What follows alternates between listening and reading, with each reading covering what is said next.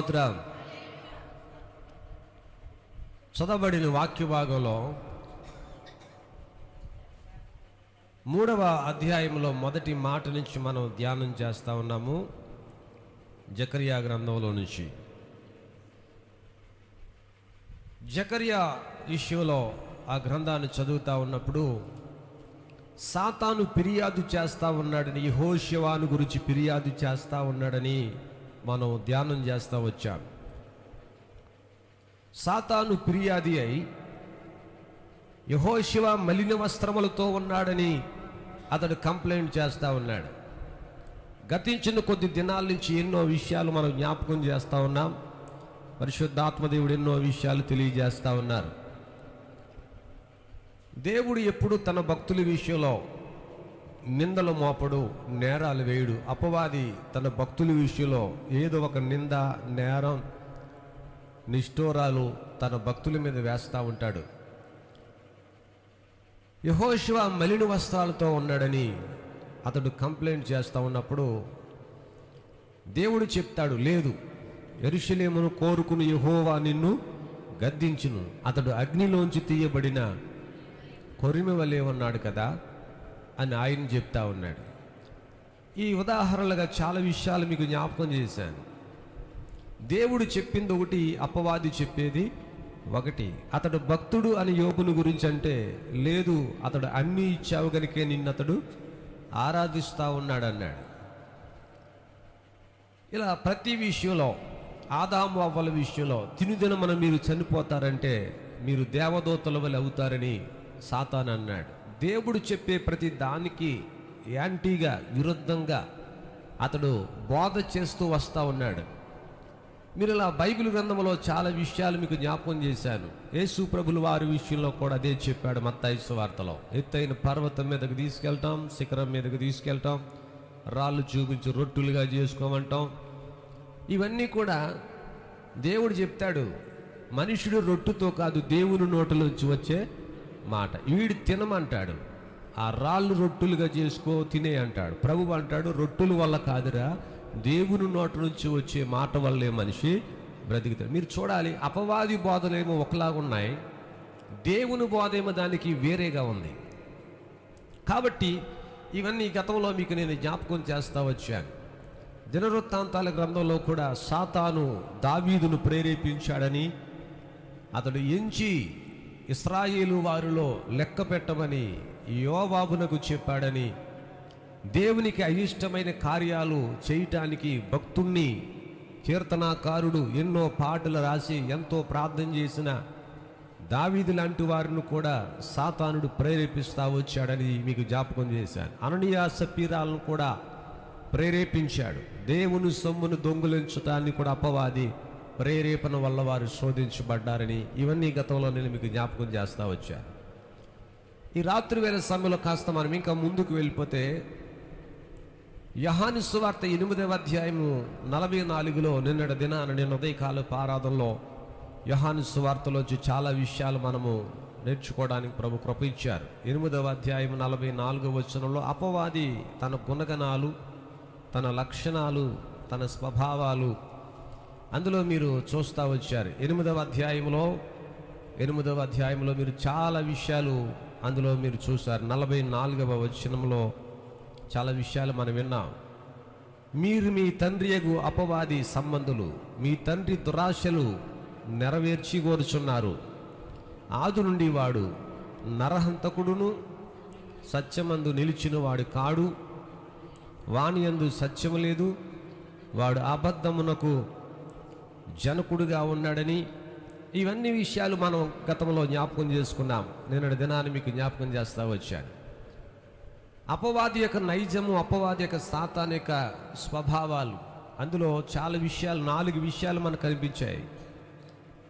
ఆది నుండి వాడు దురాశపరుడని, రెండవది ఆది నుండి వాడు నరహంతకుడని, సత్యమంది వాడు నిలిచినవాడు కాడని, ఇలా ఇవన్నీ కూడా తన స్వభావమును అనుసరించి తన మనసులో పుట్టిన వాటి వల్ల మాత్రమే వాడు తన హృదయంలో ఏమైతే ఆలోచన కలుగుతాదో వాటి ప్రకారంగానే చేస్తాడని ఇలా ఈ విషయాలు జ్ఞాపకం చేసుకుంటా వచ్చాం. సరే, ఈ రాత్రి వేళ సమయంలో కాస్త మనం ముందుకు వెళితే 2 కొరింథీ పత్రిక 11వ అధ్యాయము, 2 కొరింథీ పత్రిక 11వ అధ్యాయం 14వ వాక్యములో ఈరోజు మన కొనసాగింపుగా నిన్నటి వాక్య భాగాన్ని మనం కొనసాగింపుగా దీనిని మనం తీసుకుంటా ఉన్నాం.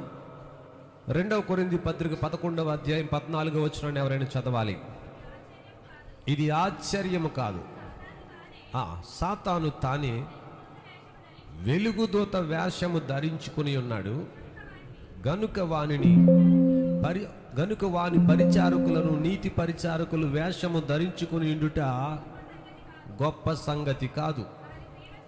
వారి క్రియల చొప్పున వారికి అంతము కలుగును. మీరు ఇంకోసారి ఈ 14వ వాక్యాన్ని ఈ రాత్రి మీరు ధ్యానం చేయాలి. ఇది ఆశ్చర్యము కాదు. ఏది ఆశ్చర్యము కాదు? సాతాను తాను వెలుగుదూత వేషము కూడా వేసుకోగలడు. ట్రిబుల్ తగ్గించు. సాతాను తాను వెలుగుదూత వేషము కూడా ధరించుకోగలడు, అందుకే ఆశ్చర్యమేమీ కాదు అన్నాడు. ఆడు ఏ వేషమైనా వేయగలడు, ఏ గెటప్ అయినా ఎత్తగలడు. అపవాది అతడు భక్తుడిలా కూడా నటించగలడు. ఒక భక్తుడు ఎలాగైతే ఉంటాడో అలా కూడా చేయగలడు అతడు. ఉదాహరణకి బైబిల్ గ్రంథంలో మనం చూస్తాం, మోషే ఐగుప్తు దేశానికి దేవుడు వెళ్ళమంటే నేను వెళ్ళలేను, నా వల్ల కాదు, నాకు మాటలు రావు, ఏనో చెప్పుకొచ్చాడు. అయితే దేవుడు దానికి చూచునిగా, సరే నువ్వు నత్తోడువైనా తెలివైనోడువైనా నువ్వు మాట్లాడేది ఏమి ఉండదు, నేనేం మాట్లాడిస్తే అదే నువ్వు మాట్లాడాలి. కాబట్టి నువ్వు వెళ్ళినా నువ్వు చేసేది ఏం లేదు, నిలబడితే సరిపోద్ది అన్నాడు. నేను చేస్తేనే అద్భుతాలు జరుగుతాయి. నీ తెలివి ఎవరికి కావాలి? నీ మాటకారితనం ఎవరికి కావాలి? నాకంటే మా అన్నయ్య మాటకారి చదువున్నవాడు అన్నాడు యేసయ్యతో. మీ అన్నయ్య చదువున్నవాడో తెలివైనవాడో నాకు అనవసరం, నువ్వు కావాలి. నువ్వు నిలబడతావా? నువ్వు నిలబడితే నేను నిన్ను వాడుకుంటాను, నా శక్తి చూపెడతానని చెప్పి నీ కుడి చేయి తీసుకుని నీ గుండెల మీద వేసుకుంటే అది కుష్టి రోగం గల చెయ్యిగా మారిపోయింది. మళ్ళీ ఇంకోసారి వేసుకో అన్నాడు, అది మామూలు చెయ్యిగా అయిపోయింది. నేను చెప్తే జరుగుతాయి, నమ్ముతావా? ఇలాగ అద్భుతాలు ఎన్నో చేస్తాను. నీ చేతుల్లో కర్ర తీసి కింద పాడే అన్నాడు, కింద పాడేస్తే అది పాము అయిపోయింది. దాన్ని తోక పట్టుకోమన్నాడు, అది మరలా కర్రగా మారింది. నువ్వు నమ్ముతా ఉన్నావా? నేను నీతో ఉన్నాను. నీ చేతి కర్ర సైతం కూడా నేను వాడుకోగలను. జీవము లేని చేతి కర్రను కూడా నేను ఉపయోగించుకుంటాను. వెళ్తావా నా కోసం? నా ప్రజలను విడిపించడానికి, నా ప్రజలను రక్షించడానికి, నా ప్రజలను నేను చెప్పిన ప్రాంతానికి తీసుకురావటానికి నువ్వు వెళ్తావా అని అడిగాడు. దేవుని బిడ్డలారా, ఎట్టకేలకు మోషే ఒప్పుకున్నాడు, వెళ్ళాడు.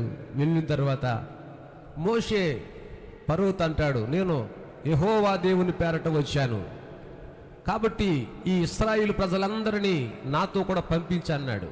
అప్పుడు ఫరో అన్నాడు, యెహోవా ఎవడో, మోషే ఎవడో, నువ్వెవరు అసలు? మీ దేవుడు నాకు తెలియదు, నువ్వు నాకు తెలియదు, నేను పంపను పో అన్నాడు. తెలియదా? తెలియకపోతే నా చేతుల్లో చేతికర చూడేం చేస్తానని అలా పాడేశాడు కింద. ఎప్పుడైతే పాడేశాడు పాము అయిపోయింది. అప్పుడు ఫరో భయపడలేదు. ఓ సంతేనా, నీ దేవుడిదే చేయగలడా? నీ దేవుడే కాదు, మా ఊర్లో కూడా మంత్రగాళ్ళు అది వాళ్ళు కూడా చేయగలరు. మీ దేవుడే కాదు ఈ పని చేయటం, మా మంత్రగాళ్ళు కూడా చేయగలరు అని చెప్పి, అరే ఊళ్ళో ఉన్న మన రాజ్యంలో మన దగ్గర పని చేస్తున్న శకునుగా అంటారు, మంత్రగాళ్ళు రమ్మనంటే ఊళ్ళో వాళ్ళందరూ వచ్చారు. వాళ్ళు మంత్రాలు వేసి వాళ్ళందరూ వచ్చారు. వాళ్ళు కూడా పట్టుకొచ్చి ఈ కర్రను చూశారు, పాము అయిపోయింది. అది తీసి అన్ని పట్టుకెళ్ళి వీళ్ళు పాడేశారు, అయ్యి పాములు అయిపోయినాయి.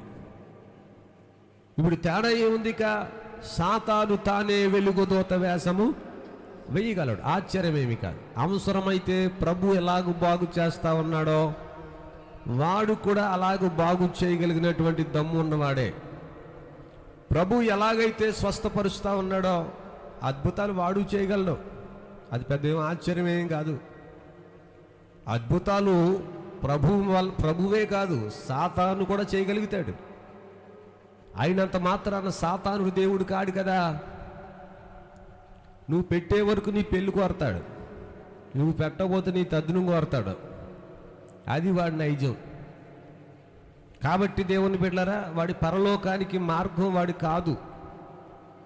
అద్భుతం జరిగిందని వాడు దైవము కాదు, అద్భుతాలు చేస్తా ఉన్నాడని వాడు దేవుడు కూడా కాడు. వాడు నరకానికి తీసుకెళ్ళిపోతాడు వాడు నమ్ముకుంటే. వాక్యం సెలవిస్తూ ఉంది, మోషే చేతుకర్ర పామైపోయింది, మిగతా వారి చేతుకర్రలు కూడా పామయ్యాయి. మోషే చేతుకర్రే కాదు, వారు చేతుకర్రలు కూడా పామైపోయాయి. మరి విశేషం ఏంటి, ఏం జరుగుతుంది అని అడిగితే, మోషే చేతుకర్ర చేసిన పాము మంత్రగాళ్ళు చేసినటువంటి పాములన్నీ మింగేసిందట. చప్పలు కొడదాం అందరం కలిసి. చివరికి జరిగేది ఇదే, లాస్ట్కి జరిగేది ఇదే. ఇది ఒక సూచన, అంచెదినములలో ఒక సూచన. ప్రభువుతో పాటు వేషము వేసుకొని అది ఇది ఒకటని, లేక మాకు కూడా శక్తులు ఉన్నాయని చెప్పుకుని తిరుగుతున్నటువంటి సమాజంలో ఒకనాటికి జరిగేది ఏమిటంటే, ప్రభు ఎదుట ప్రతి వ్యక్తి మోకరించవలసిన గడియ సమయం ఒకటి అతి సమీపంలో ఉంది. వారు కూడా చేయగలరు అద్భుతాలు, కానీ ఆ అద్భుతాలు ఎంతవరకు అంటే దేవుని శక్తి ముందు నిలవవు. మోషే చేతి కర్ర మంత్రగాళ్ళు చేసినటువంటి పాములన్నిటినీ మింగేసింది. చేస్తే చెయ్యొచ్చు, కానీ దేవుని శక్తి ముందు మాత్రం నిలబడవు అవన్నీ కూడా. అందుకే చెప్తా ఉన్నాడు, ఇది ఆశ్చర్యము కాదు. ఆ మాట మీరు స్టార్టింగ్లోనే ఉంది 14లో, ఇది ఆశ్చర్యము కాదు. ఏది ఆశ్చర్యం కాదు? సాతాను వెలుగుదూత వేషము వేసుకోవడం అనేది ఆశ్చర్యము కాదు. తెల్ల దుస్తులు వేసుకున్న ప్రతి వ్యక్తి సేవకుడు కాదు, తెల్ల దుస్తులు వేసుకున్న ప్రతి వ్యక్తి పరిశుద్ధులు కాదు, తెల్ల దుస్తులు వేసుకున్న వారందరూ కూడా సేవకులు కారు, లేకపోతే విశ్వాసులు కారు. మేమంతా తెల్ల బట్టలే వేసుకుంటామని చెప్పుకున్న వాళ్ళందరూ తెల్ల దుస్తులు వేసుకున్నంత మాత్రానే క్రైస్తవులు కాదు. కాబట్టి దేవుని బిడ్డలారా, తమ హృదయాలు శుద్ధీకరించబడిన వారై ఉండాలి, సత్యమందు నిలిచిన వారై ఉండాలి, దేవుని కొరకు నిలవబడే వారై ఉండాలి, తమను తాము పరిశుద్ధపరుచుకున్న వారై ఉండాలి, పాపమును విసర్జించిన వారై ఉండాలి. కాబట్టి దేవుని బిడ్డలారా, ఇది ఆశ్చర్యమే కాదు. సాతాను యొక్క కార్యములు చూసి కడవరి దినాల్లో మోసపోవద్దు. ప్రతి వ్యక్తి క్రైస్తవుడని, ప్రతి వ్యక్తి సేవకుడని, ప్రతి వ్యక్తి గొప్ప భక్తుడని భక్తురాలని భ్రమలో బ్రతకొద్దు. కాబట్టి వాక్యం సెలవిస్తున్న, సాతాను వెలుగుదూత వేషాలు వేస్తాడు, ఎన్ని వేషాలైనా వేస్తాడు. అందుకే సాతాను వెలుగుదూత వేషము ధరించుకుని ఉన్నాడు. వేషం అనే మాట, వేషం అక్కడ అండర్లైన్ చేయాలి మీరు. వేషాలు ఎవరేస్తారు? వేషం వేయవలసిన కర్మ ఎవరికి పట్టింది? దేవుడు వేషగాడు కాదు, సాతాన్ అయితేనే వేసుకోవాలి. డమ్మీ అయితేనే ఒరిజినల్ లాగా చూపించుకునే ప్రయత్నం చేస్తారు, అంతే కదా. ఇప్పుడు ఉదాహరణకి ఎవరైనా నువ్వు ఎలాగుంటావురా అని ఏ సినిమాలో ఒక వ్యక్తిని చూపించావనుకోండి, ఒరిజినల్ కాదు, వీడి డమ్మీ, ఆయన ఒరిజినల్. కానీ తన ఫీలింగ్ అంతా ఎలాగుంటుంది? అలా ఉండటం కొరకే దువ్వుతారు తల. అలా ఎలాగైతే ఉండాలో అలాగే దువ్వుతారు. వీడి కాదు అయినా అనుకుంటాడు, నేను వాడిలాగా ఉన్నాను అంటున్నారు ఊళ్ళో అందరూ, కాబట్టి నా వేషం అంతా అలాగే ఉండాలి, నా జుట్టు, నా మేసం, నా కట్టు, నా వ్యవహారం అంతా అలాగే ఉండాలి. కాబట్టి స్టైల్ అంతా అలాగే పెడతారు వీళ్ళు. కానీ కాదు, వీళ్ళు వేషం ఎవడేస్తాడు? డమ్మీ అయితేనే వేషం వేయాలి, ఒరిజినల్కి వేషం ఎందుకు? ఇంకా ఒరిజినల్కి వేషాలు అవసరం లేదు. ఇప్పుడు సాతాను వాడు డమ్మీ గనక వేషము వేసుకుని నటిస్తూ ఉన్నాడు. అన్ని ఫోటోల్లో ఇదొక ఫోటో, యేసయ్య ఫోటో పెట్టి అన్నింటిలో ఇది కూడా ఒకటి. దేవుని బిడ్డలారా, ఈ రాత్రి ప్రభు చెప్తున్నది ఏమిటంటే, యేసయ్య వేషగాడు కాడు. కాలాలను బట్టి, పరిస్థితులను బట్టి రూపాలను మార్చుకునేవాడు కాడు. ఆయన నిన్న నేడు ఏకరీతిగా ఉంటాడు. ఆయనలో ఎక్కడా మార్పు ఉండదు. నేను ఆది అయి ఉన్నాను, అంతమనై ఉన్నాను. ఆరంభము నా ద్వారానే కలిగింది, అంతము కూడా నా ద్వారానే అవుతుంది. ఆదిలో ఏ రూపం ఉందో అంతములో కూడా అదే రూపం ఉన్నది. ఆదిలో ఏ శక్తి ఉన్నదో అంతములో కూడా అదే శక్తి కలిగిన వాడు. కాబట్టి సాతాను తాను వెలుగుదూత వేషము వేసుకుని ఉన్నాడు గనుక వారి పరిచారకులను, నీతి పరిచారకుల వేషమును ధరించుకునుట గొప్ప సంగతి కాదు. వారి క్రియలు చొప్పున వారికి అంతము కలిగెను. మోషే చేతి కర్ర పాము మింగేసిన రోజు ఒక రోజు వస్తుంది. వారి పరిచారకులు, వాడొక టీం ఉందంట వాడికి, మరలా ఈడే పెద్ద వేషగాడంటే మళ్ళా వాడికి ఇంకెవరు ఉన్నారంట, ఇంకో వేషగాళ్ళు బ్యాచ్ ఉందంట. ఇప్పుడు ఈ వేషగాళ్ళు ఆ పరిచారకులు తయారు చేసుకున్నట్టు సమాజంలోనికి విడిచిపెడతాడంట, సమాజంలోనికి వదులుతాడట. ఇప్పుడు సమాజం అంతా ఏమనుకుంటున్నారంటే, ఎవడైనా ఒక ఏదో ఒక గెటప్లో కనిపిస్తే ఆ గెటప్ కలిగిన ప్రతి వ్యక్తి కూడా దేవుడని, దైవమని, లేకపోతే ఆడొక వేషధారణతో కూడినటువంటి మనిషిగా లోకంలో చలామణి అయిపోతా ఉన్నాడు. వాడికి తెలిసి వాడికి ఎంత శక్తి ఉందో ప్రజలకు తెలియదు. ప్రజలు ఎంతసేపు రూపాలు చూస్తారు, గెటప్లే చూస్తారు కదా. మనుషులు పెద్ద పెద్ద భక్తులే పడిపోయారు గెటప్లు చూసి, రూపాలు చూసి. సమూయేలు ఎంత పెద్ద దైవజనుడైనా చిన్నప్పుడే దేవుని స్వరం విన్న సమూయేలు కూడా యెషయా ఇంటికి వెళ్ళినప్పుడు యెషయా కొడుకులను చూసి మోసపోయాడు. దేవుడు అన్నాడట పాస్టర్ గారితో, నా సేవకుడా యెషయా ఇంటికి రా, వాళ్ళ కొడుకుల్లో ఒకడు నేను రాజుని చేయబోతా ఉన్నాను, వెళ్ళేటప్పుడు నూనె చేసేట్టుకు వెళ్ళిపోయాడంట. అలాగే బాబు అని చెప్పి సంచిలో నూనె చేసేట్టుకుని తైలం కొమ్ము తీసుకుని వెళ్ళిపోయాడు. ఆయన వెళ్ళిపోయిన తర్వాత యెషయా గారు వందనాలు రా, వందనాలు, ఎంతమంది కొడుకులు ఆయన చెప్పుకొచ్చేసాడు లెక్క, పెద్ద పుట్టది. అయితే నీ కొడుకుల్లో ఒక్కొక్కరిని రమ్మను, ప్రభువు చెప్పాడు ఇశ్రాయేలు ప్రజలను పరిపాలించడానికి రాజుగా చేయబోతా ఉన్నాడంటే నీ కొడుకులు. అంటే నాన్నగారికి సంతోషం వచ్చాయి, బాబా నా కొడుకు సీఎమ్మా, నీకు అంతకంటే గొప్ప విషయం ఏముంది, రే పెద్దోడా రారా అన్నాడట. ఆడొచ్చేసరికి చాలా ఎత్తుగా లావుగా అందంగా ఉన్నాడంట. చూడడానికి మనం అంటాం కదా, చూడడానికి రాజులాగా ఉన్నాడండి. రాజులాగా ఉన్నాడు కానీ రాజు గుణాలు ఉండాలి కదా, ఆ గుణం ఉండాలి కదా. ఆ గుణం ఉందేమనుకుంటా ఉన్నాడు ఈ దైవజనుడు. కానీ దేవుడు అంటాడు ఆ గుణం వాడిలో లేదు. సరే వాడు వస్తే దేవుడు అన్నాడట, పాస్టర్ గారు ఆయన కాదు అన్నాడంట. వెళ్ళిపో పక్కకి వెళ్ళి, ఇంకొకడు, రెండోవాడు రారా, మూడోవాడు రారా, నాలుగోవాడు రారా అంటే లైన్కి వచ్చేస్తున్నారు. వచ్చిన వాళ్ళందరినీ రిజెక్ట్ చేస్తున్నాడు ప్రభు. వీడి కాదు, వీడు కాదు. వాడు ఎత్తును, రంగును, లావును చూసి వీడే నేను అనుకుంటా ఉన్నాడు.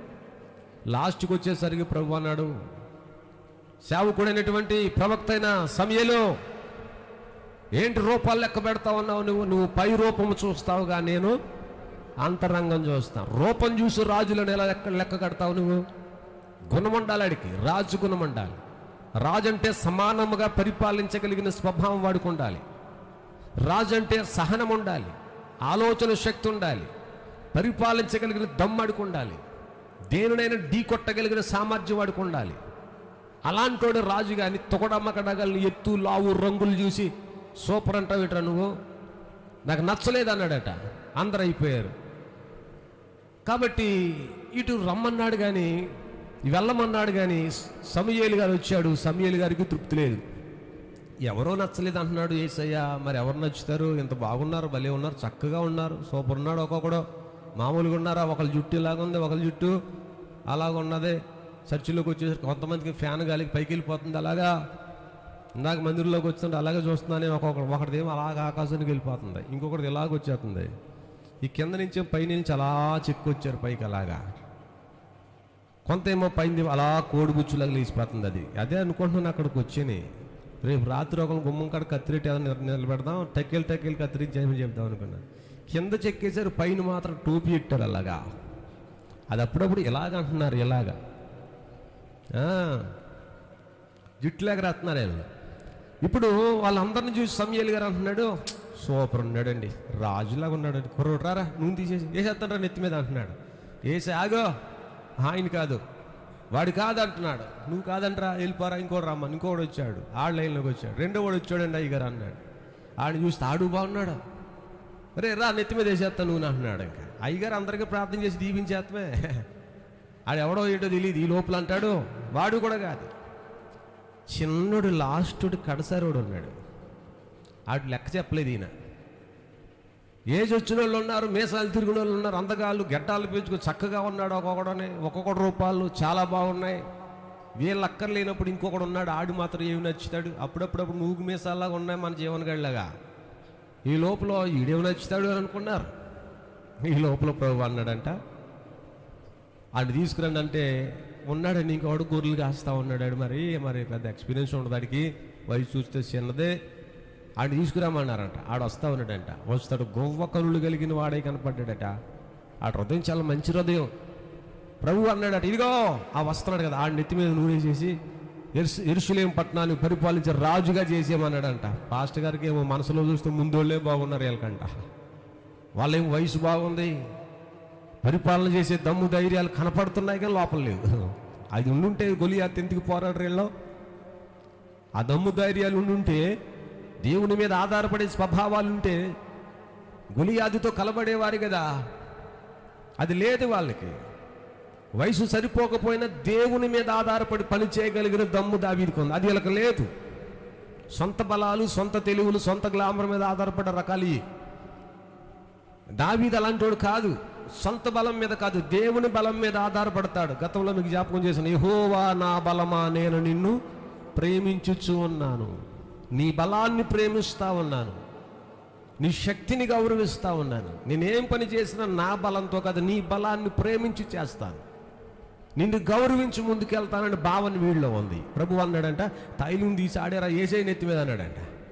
తైలము పోసి అతను అభిషేకి ఇశ్రాయేలు ప్రజలకు రాజుగా చేస్తానంటే మిగతా నీళ్ళకి ఏమో అంతా బేమా. పాస్ట్ గారు ఒక్కొక్క నువ్వులా చూస్తాడు, మనమేం నచ్చలేదు, ఆయన నచ్చేసాడంట. మా చిన్నోడు ఎవడో చిన్నోడు నచ్చేసాడంట అని చెప్పి వీళ్ళకి ఏదో బాధ అంతే. కానీ ప్రభు అంటాడు, ఆడే నచ్చాడు, ఆడి మనసు బాగుంది, నా హృదయానుసారుడు వాడు, నా హృదయమును ఎరిగినవాడు వాడు, నా ఇష్టానుసారమైన మనుషుడు వాడు. దేవునికి స్తోత్ర. ప్రభు నాకు ఇష్టం కావాలి. నీ రూపం, నీ పోలిక, నీ ధనం, నీ స్వభావాలు, నీ పై గెట్టప దేవునికి అవసరం లేదు. ప్రభు ఏం చూస్తాడు తెలుసా? హృదయాంతరంగాలు చూస్తాడు. అందుకే చెప్తా ఉన్నాడు, వేషం కాదు కావలసింది, గుణం కావాలి. వేషం ఎవరైనా వేయచ్చు. ఒకడు అంటారు పాస్టర్ గారిలాగా ఉన్నారు, పాస్టర్ గారిలాగా ఉన్న గుణం ఉండాలి, స్వభావం ఉండాలి. ఒక ఆయన చూడు పెద్ద సావుకులాగా అంతా ఉంటాడు, అంత బొజ్జ, అంత లావు, అంత గెటప్, అంత పెద్ద బైబిల్ పట్టుకుని నడుస్తూ ఉంటుంటే మామూలుగా సముద్రం మీద ఎత్తినట్టు ఉంటుంది ఒక్కొక్కరు నడుస్తా. ఒకసారి ఒక ఆయన అలాగా నన్ను గెటప్ చూసి పడిపోయి మా చర్చికి రండి అయ్య గారు వాక్యం చెప్పడానికి అన్నాను. ఇప్పుడు వాక్యానికి ముందు అదే చర్చికి నేను వెళ్ళాను.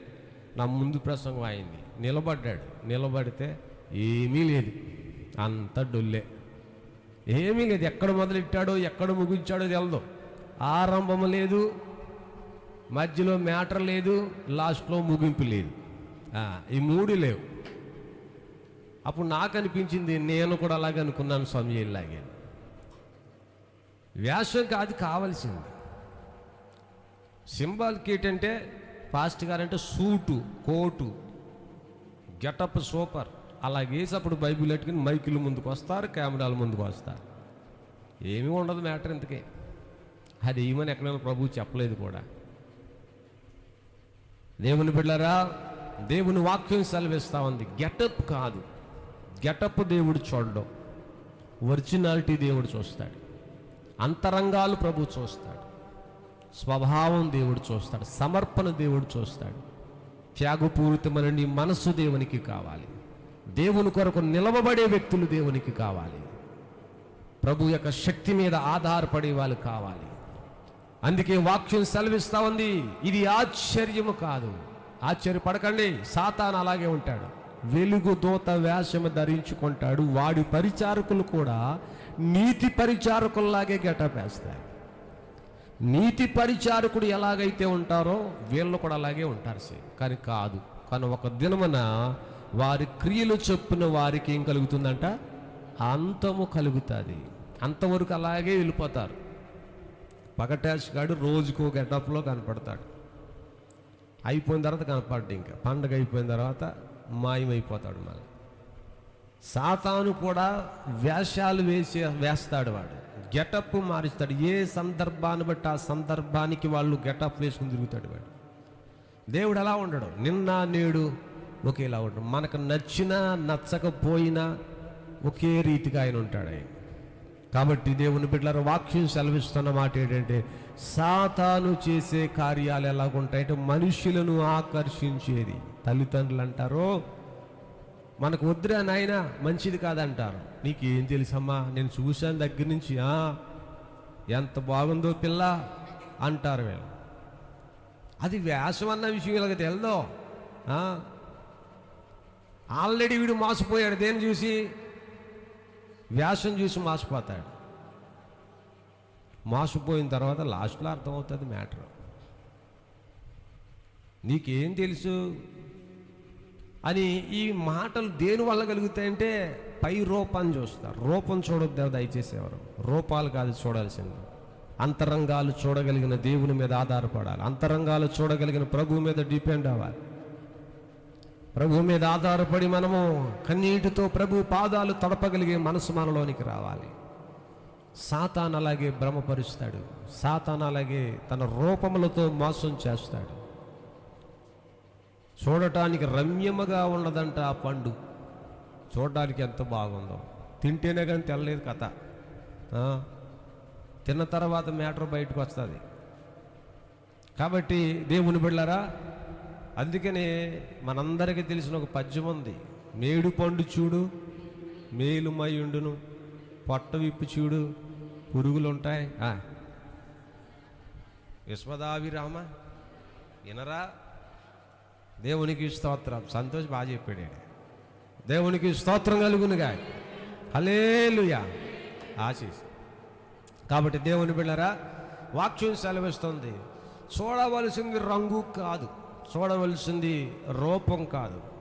అపవాది కూడా అయ్యగలలాగట. అపవాది కూడా అలాగే మనం నటించగలడు. అపవాది కూడా అలాగే తయారవుతాడు. అపవాది క్రియలను మనం మోసపోకూడదు. ఎంత మంచి ఫ్రెండో తెలుసమ్మా నువ్వు అంటున్నావు కానీ అంటే ఆడు కొంపలు ముంచేసేవాడు అన్న విషయం మునిగిపోయే వరకు తెలియదు. కొంపలు ముంచే వరకు తెలియదు. కలిసి బిజినెస్ చేస్తావురా బ్రదర్, నువ్వు నేను ఒకటే, నువ్వెంతో నేనంతే, నువ్వెంత తీసుకుంటావు తీసుకో, నేను ఎంత తీసుకుంటాను తీసుకుంటాను అంటాడు. ఫస్ట్ డాడీ అంతా అయిపోయిన తర్వాత తొలమ పొలమ చేతిరెట్టి అతలు పొమ్మంటాడు. అప్పుడు అర్థమవుతుంది ఇంత మోసం చేస్తాడన్న విషయం నాకు తెలియలేదు అన్న విషయం. దేవుని బిడ్డలారా, అపవాది కూడా ఒక్కొక్కసారి సులువుగా మోసం చేస్తాడు. వాడు వేషగాడం ఉంది కదా బైబిల్లో, వేషము వేసుకుంటాడు వాడు. ఆ వేషము ద్వారానే మనుషుల్ని భ్రమపరుస్తాడు. వేషము ద్వారానే మనుషుల్ని ఆకర్షిస్తాడు.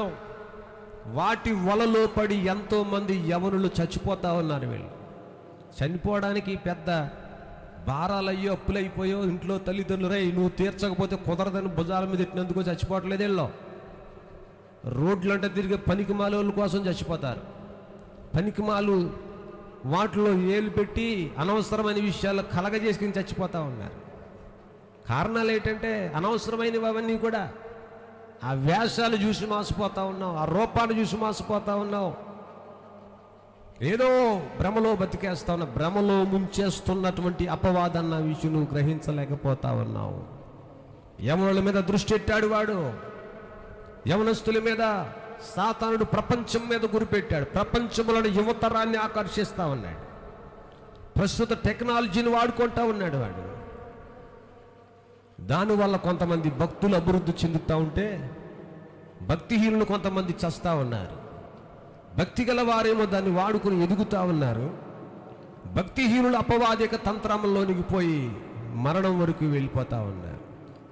మనకివ్వబడినటువంటి ఈ వస్తువుల్లో ఎంతో మంచి కలిగినవి కూడా ఉన్నాయి, నేర్చుకోదగ్గవి కూడా ఉంటాయి. దాన్ని వాడుకో మనం. దేని టెక్నాలజీ నాశనానికి, ప్రమాదానికి, నీ జీవితాన్ని మధ్యలో ముగించడానికి వాడుకుంటా ఉన్నాం. అపవాది తానే వెలుగుదోత వేషం వేసుకున్నాడు. జాగ్రత్త. నీతి పరిచారకుల వలె వాడు నటించగలడు వాడు. కానీ తుదక వచ్చేసరికి నీ పరిస్థితి అంతమైపోతా ఉంది. చివరికి వాని క్రియల వల్ల లాస్ట్కి ఏం కలుగుతుంది తెలుసా? అంతము కలుగుతూ ఉంది. అంతము రాకూడదు. మన జీవితాలు ప్రభు కొరకు జీవిస్తూ దేవుని రాకడ కొరకు బ్రతకాలి. ఆరంభం ఎంత బాగుందో ముగింపు కూడా అంత బాగుండాలి.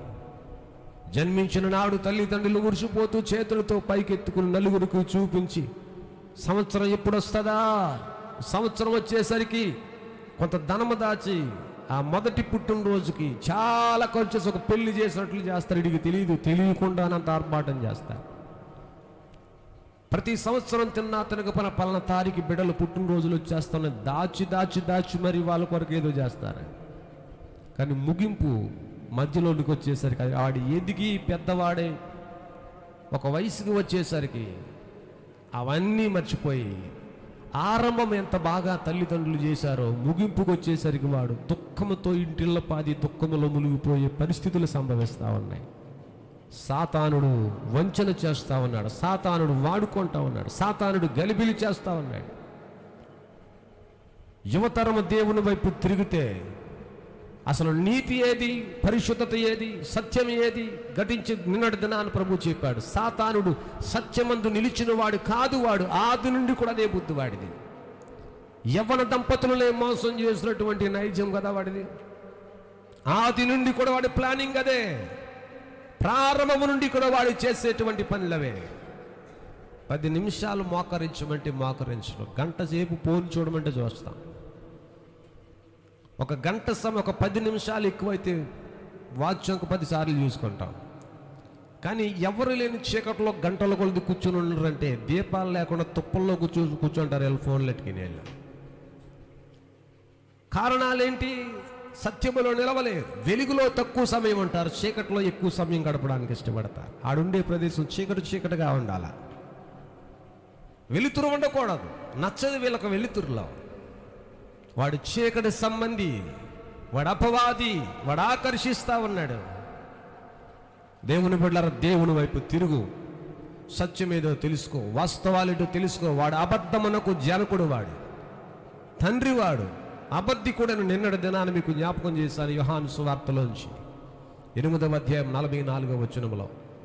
వాడు అబద్ధికుడు, ఆది నుండి అంతే. వాడు నోరిప్పితే ఒక మాట నిజం ఉండదు, వాడు బ్రతుకు నిజం ఉండదు.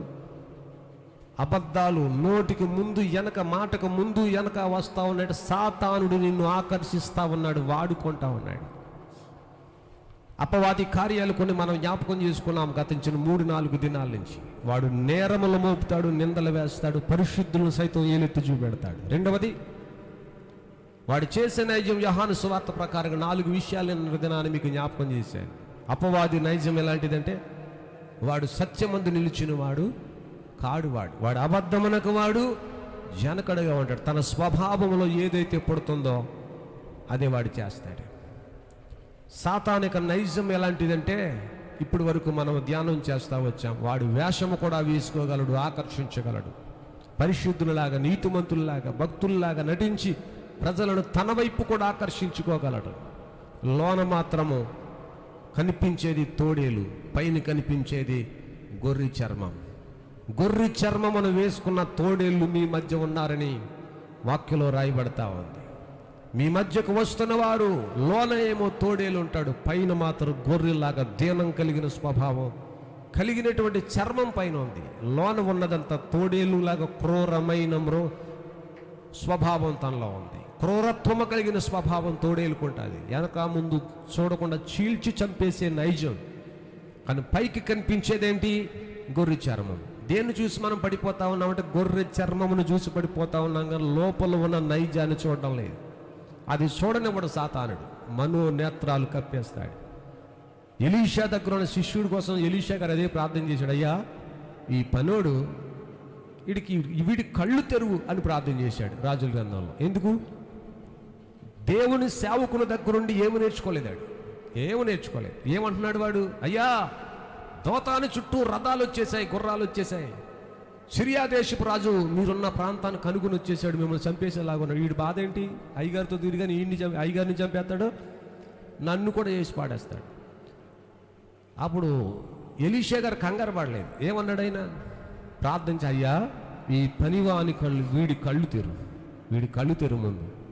వీడు ఎందుకు కంగారు పడతా ఉన్నాడు? సేవకునితో తిరిగి ప్రార్థన చేస్తేనట ఆ పనోడు కళ్ళు తెరిస్తేనట ప్రభు, వాడి కళ్ళు తెరిస్తే ఏం కనపడ్డాయంట? వాడికి మనోనేత్రాలు తెరిచాడు.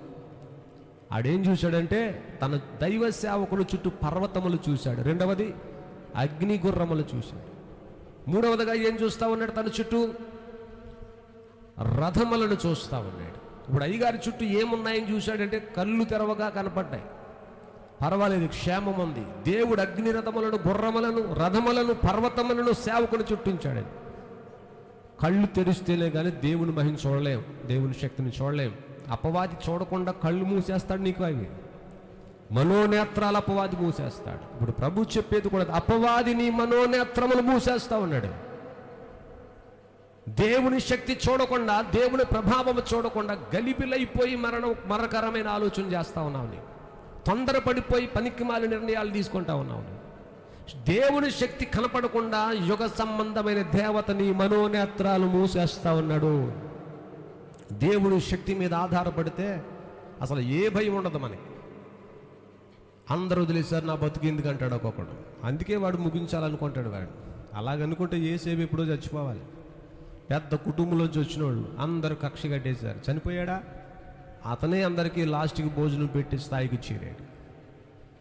దేవుని బిళ్ళారా, ఈ రాత్రి ప్రభువు చెప్తున్నాడు, యుగ సంబంధమైన దేవత నిన్ను గలిబిలి చేస్తా ఉందేమో, నీ మనోనేత్రాలు మూసేస్తా ఉన్నదేమో, అపవాది వేషములో మోసాలు చూసి నువ్వు భ్రమలోనికి వెళ్ళిపోయేవేమో. దయచేసి భ్రమలోంచి బయటకు వస్తే సత్యం తెలుస్తుంది. దేవుని మహాశక్తి చూడగలుగుతాం, ఆయన ప్రభావం చూడగలుగుతాం. చిన్నతనములో సమూయేలు దేవుని ప్రభావాన్ని చూశాడు, దేవుని స్వరం విన్నాడు, దేవుని మాట విన్నాడు. ఏలీ కుమారులు యాజకత్వం చేస్తున్నా దేవుని శక్తిని వారు యుగ సంబంధమైన దేవత కళ్ళు మూసేసింది. వ్యభిచారులైపోయారు, పాపాత్ములైపోయారు, దేవుని ఉగ్రతకు వెళ్ళిపోయారు. వాళ్ళు తన ఇంటిలో పని చేస్తున్నటువంటి పనోడు, చిన్న కుర్రోడు, ఏలీ ఇంటిలో పని చేస్తున్నటువంటి పరిచారకులుగా పనిచేస్తున్న చిన్న కుర్రోడితో దేవుడు మాట్లాడగా దేవుని స్వరాన్ని విన్నాడు, దేవుని మాట విన్నాడు. ఆ దినములలో యెహోవా స్వరము ప్రత్యక్షమగుట హరుదు తక్కువ. ఆ రోజుల్లో దేవుడు ఆయనతో మాట్లాడాడు. దేవుని బిడ్డలారా, దేవుని స్వరం, దేవుని మాట, దేవుని శక్తి చూడగలగాలి. ఆయన మాట మీద మనం ఆధారపడాలి. మన జ్ఞానాన్ని, మన తెలివులు, ఎత్తులు, లావులు, రంగుల మీద కాదు ఆధారపడవలసింది. దేవుని మీద ఆధారపడితే, ఆయన ప్రభావం చూడగలిగితే ప్రభు నిన్ను వాడుకుంటాడు. ఎంత పెద్ద యుద్ధములో పనిచేసినా వీళ్ళకి దేవుని మీద ఆధారపడే నైజం వీళ్ళకి లేదు. కానీ దావీదు అంటాడు, యెహోవా నా బలమా, నేను నిన్ను ప్రేమిస్తా ఉన్నాను, నా బలమయ్యున్న నిన్ను ప్రేమిస్తాను, నా బలానికి కారణమైన నిన్ను ప్రేమిస్తా ఉన్నాను, నా విజయానికి కారణమైన నిన్ను ప్రేమిస్తా ఉన్నాను, నేను ఈ స్థితిలో ఉండడానికి కారకుడమైన నిన్ను స్తుతిస్తా ఉన్నాను, నీ మీద ఆధారపడతా ఉన్నాను. దేవుని మీద ఆధారపడు. అపవాది యొక్క తంత్రములోనికి వెళ్ళిపోవద్దు. వాడి వేషాలు, వాడి మోసాలు, వాడి గెటప్పులు చూడకో. దేవుని మీద ఆధారపడు. సత్యమేటో బయలుపరచు, వాస్తవాలేటో తెలుసుకునే కృపయు ప్రభువా. దేవా, ఆత్మల వివేచన వరం నాకు దయచేయి. పౌలు గారు చెప్పిన 9 వరాల్లో ఒక వరం ఆత్మల వివేచన వరం. ఏ ఆత్మ, ఏ వ్యక్తి మంచివాడో, ఏ వ్యక్తి దేవుని ఆత్మ చేత నడిపించబడతా ఉన్నాడో అది కనుగొనగలిగిన భాగ్యం, వరం అది. ఆ వరం నాకు దయచేయమని ప్రార్థన చేద్దాం. ఈ యుగ సంబంధమైనటువంటి ప్రస్తుత దినాల్లో అపవాది చేసే తంత్రాల నుంచి బయటకు వద్దాం. దేవుని మీద ఆధారపడండి. నీ జీవితం మధ్యలో ముగించటం కాదు, దేవుని కొరకు బ్రతుకుతూ, దేవుని కొరకు నిలుస్తూ సమాజంలో ప్రభు కొరకు నిలబడదాం. అనేక ఆత్మల రక్షణార్థమై వాడబడదాం. మన పొరుగు వారితో దేవుని పరిచర్య చేస్తూ వారికి అనేక మాటలు పంచుకొచ్చి ప్రభులోనికి నడిపించి దైవశక్తిని వారు కూడా కనపరుదాం. తద్వారా దేవుని మహిమను చూసి నిత్య జీవంలో ప్రవేశించడానికి ప్రభు మనందరికీ కృప దయచేసి ఆయన వరములు పొందుకునే భాగ్యము దేవుడు మనకు దయచేయునుగాక. తలలో వచ్చుదాం, ప్రార్థన చేసుకుందాం. స్తోత్రం, స్తోత్రం, స్తోత్రం. హల్లెలూయా, హల్లెలూయా, హల్లెలూయా.